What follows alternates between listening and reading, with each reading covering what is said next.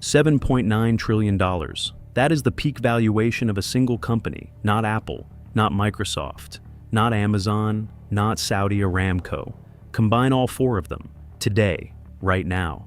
You still would not reach this number. This company had its own army, its own navy, its own foreign policy. It could declare war, sign treaties, execute criminals. It governed entire cities, entire islands, entire regions of the world. And it was not a country. It was a corporation. It was founded in 1602 by a small nation.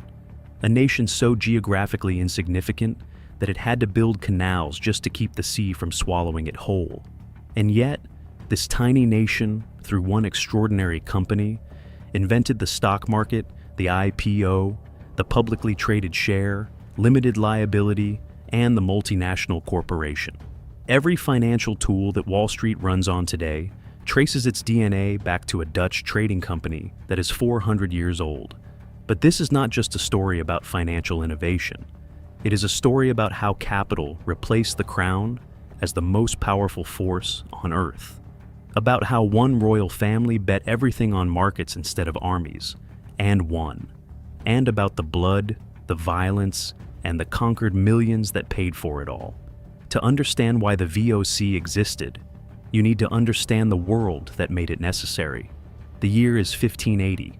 Something seismic has just happened on the Iberian Peninsula. Spain has absorbed Portugal. Two global superpowers merged under a single monarchy. Together, they controlled the most valuable trade routes on the planet: Asia, Africa, the Americas. Their fleets dominated every ocean. Their combined military was unmatched. And the Dutch were watching, and the Dutch were terrified. The Netherlands at this time was technically still part of the Spanish Empire, but fighting desperately for independence. And now the enemy had just doubled in size. Spain controlled the spice routes, the silk routes, the gold routes. If the Dutch could not access these trade networks, their economy would die. They had one choice: build a weapon Spain could not defeat with guns. Build a weapon made of capital. In 1602, 7 separate Dutch trading companies merged into one entity, the Verenigde Oost-Indische Compagnie, the VOC, the Dutch East India Company. On the surface, a merchant company, a trading firm. Beneath the surface, a machine of economic warfare unlike anything the world had ever seen. Armed ships, private armies, fortresses across 3 continents. But the most radical weapon in its arsenal was not military. It was a piece of paper, a share certificate. For the first time in human history, ordinary citizens could buy into an empire: a carpenter in Amsterdam, a merchant's widow in Delft, a school teacher in Rotterdam. All of them, investors in global conquest. This was not wealth tied to land or bloodlines anymore. This was wealth manufactured at scale through markets. Capitalism, in its first true form, had just been born. But the VOC did not rise on merchant ambition alone. Behind it stood a family, a dynasty, one that had just made one of the most consequential bets in financial history: the House of Orange.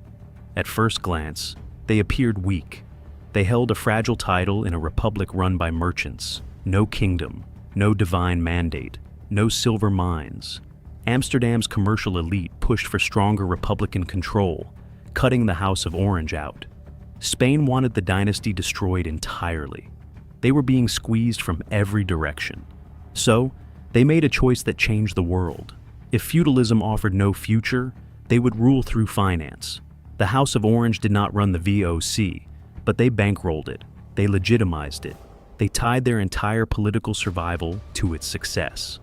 Decades later, that alignment became official. William IV and William V, direct descendants of the House of Orange, served as stadholders, effectively presidents of both the VOC and the Dutch West India Company. Without a crown, they had found something more durable: power backed by dividends. The VOC carried the Dutch Republic's flag, but it also carried the ambitions of a royal family, building an empire in silence. No throne, no subjects, just shares. And the leverage that came with them? At its peak, the VOC was not merely a company. It was a sovereign state with a balance sheet, 150 merchant ships, 50,000 employees, a private army of 10,000 soldiers. It could sign international treaties, raise its own armies, capture territory, govern colonies. From the Persian Gulf to Japan, its flags flew over ports, warehouses, and fortresses. And at the center of it all, Batavia. In 1610, the VOC secured permission to build a post near the Siliwang River. By 1619, they had captured the city entirely. They renamed it Batavia, the ancient name of the Netherlands, and turned it into the command hub of an Asian empire. For 300 years, it was the nerve center of Dutch power in the East. It is why you still see Dutch influence woven into Indonesian food, language, architecture, and culture today. But this scale of operation required something no king had ever attempted: funding an empire through the public. In August 1602, the VOC opened its books, the world's first ever initial public offering. Citizens across the Dutch Republic could purchase shares in a global enterprise, and they did, in extraordinary numbers. But investing in ships crossing unknown oceans carried enormous risk. What if the ship sank? What if the trade route collapsed? What if the harvest failed? The Dutch had an answer. They invented limited liability. If the worst happened, an investor lost only what they had put in. Their home was safe, their family was safe, their personal assets were untouchable. For the first time in history, ordinary people could take on the financial risk of empire without risking everything they owned. The floodgates opened. VOC shares rose 10 times between 1602 and the 1720s. They also created something else entirely new: the Amsterdam Stock Exchange, the world's first secondary market, a place where shares could be freely bought and sold between private citizens. And traders quickly went further, not just buying shares, but speculating on what they would be worth tomorrow. Short selling, options contracts, futures trading, arbitrage. Every tool that drives Wall Street today, invented in Amsterdam in the early 1600s to trade VOC shares. But here is where we must stop. Because the financial story of the VOC, extraordinary as it is, cannot be told honestly without this chapter. The wealth was real, the innovation was real, the suffering that paid for it was also real. Every dividend, every share price gain, every record valuation, built on conquest, forced labor, and massacre. The Banda Islands. The VOC wanted a monopoly on nutmeg, one of the most valuable spices in the world. The indigenous Bandanese people stood in the way. So, the VOC nearly exterminated them. Thousands were killed, survivors were enslaved, the islands were repopulated with Dutch settlers and enslaved workers forced to grow spice for company profit. An entire people erased for a monopoly on seasoning. The Amboina Massacre. VOC officials arrested, tortured, and executed English and Japanese traders on the island of Amboina on accusations of plotting to seize a Dutch fort. No trial of merit, no real evidence, pure assertion of dominance. The Batavia Massacre. In the city, the VOC had built and named after itself. Dutch forces turned on the Chinese community. Thousands of Chinese civilians killed. In the streets of a city the VOC had constructed as a symbol of its own greatness. And beyond the massacres, the system itself. Forced labor across spice-producing regions. Indigenous populations compelled to cultivate crops for company profit under threat of violence. Local political structures dismantled. Resistance suppressed at gunpoint. Entire economies redesigned around one purpose: extracting wealth for Amsterdam. This is the full ledger of the VOC innovation and atrocity. Financial genius and imperial violence, inseparable, simultaneous, both true. Any honest account of modern capitalism must hold both in the same frame. While the VOC was reshaping Asia, Dutch ships were already crossing the Atlantic. In 1609, a vessel sailing under VOC commission reached a natural harbor on the eastern coast of North America. The harbor we now call New York.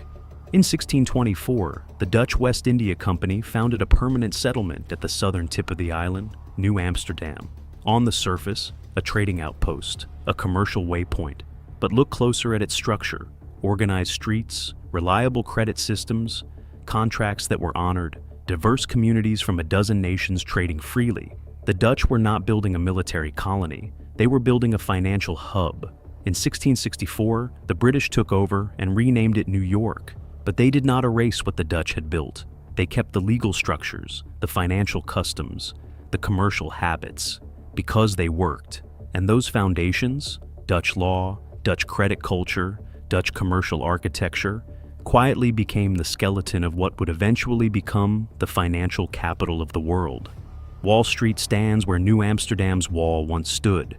That is not a coincidence. That is legacy. In 1688, England was fracturing. King James II had lost Parliament, lost the population, lost legitimacy. In desperation, British leaders looked across the water to a Protestant prince with a claim to the throne through marriage, William of Orange. William had grown up inside the Dutch financial system. He understood, as few rulers of his time did, that markets were not a distraction from power. They were the engine of power. He sailed to England with troops and with ideas. The event history calls the Glorious Revolution was, at its financial core, something far more transformative. It was the Dutch financial model, transplanted into the world's most influential empire. Under William's reign, England established the Bank of England. It created public credit. It issued government bonds. It began funding wars through capital markets rather than taxation alone. Dutch innovations, now written into British law. And through Britain, eventually into every corner of the modern financial world. But even the most powerful machine in history has a breaking point. By the late 1700s, the cracks were impossible to ignore. The VOC had scaled faster than any institution in human history, and it had failed to build the oversight to match that scale. Corruption had crept into every level of the organization. Officials were enriching themselves rather than serving the company. Decision-making had slowed to a crawl as bureaucracy thickened. Military costs were spiraling as Britain and France challenged Dutch dominance on every front. The monopoly that had made the VOC invincible was now its prison. Global markets had grown faster and more flexible than the VOC's rigid structure could accommodate. Competitors moved faster. The world had changed. In 1795, the Dutch government stepped in.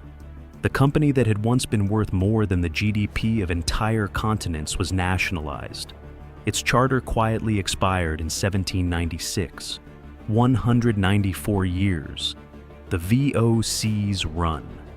Founded in 1602 with a 21-year trade monopoly, wound down in 1796 as a bankrupt ward of the state. The mightiest corporation in history. Ended not with a battle, but with a ledger entry. The VOC is gone. Its architecture is everywhere.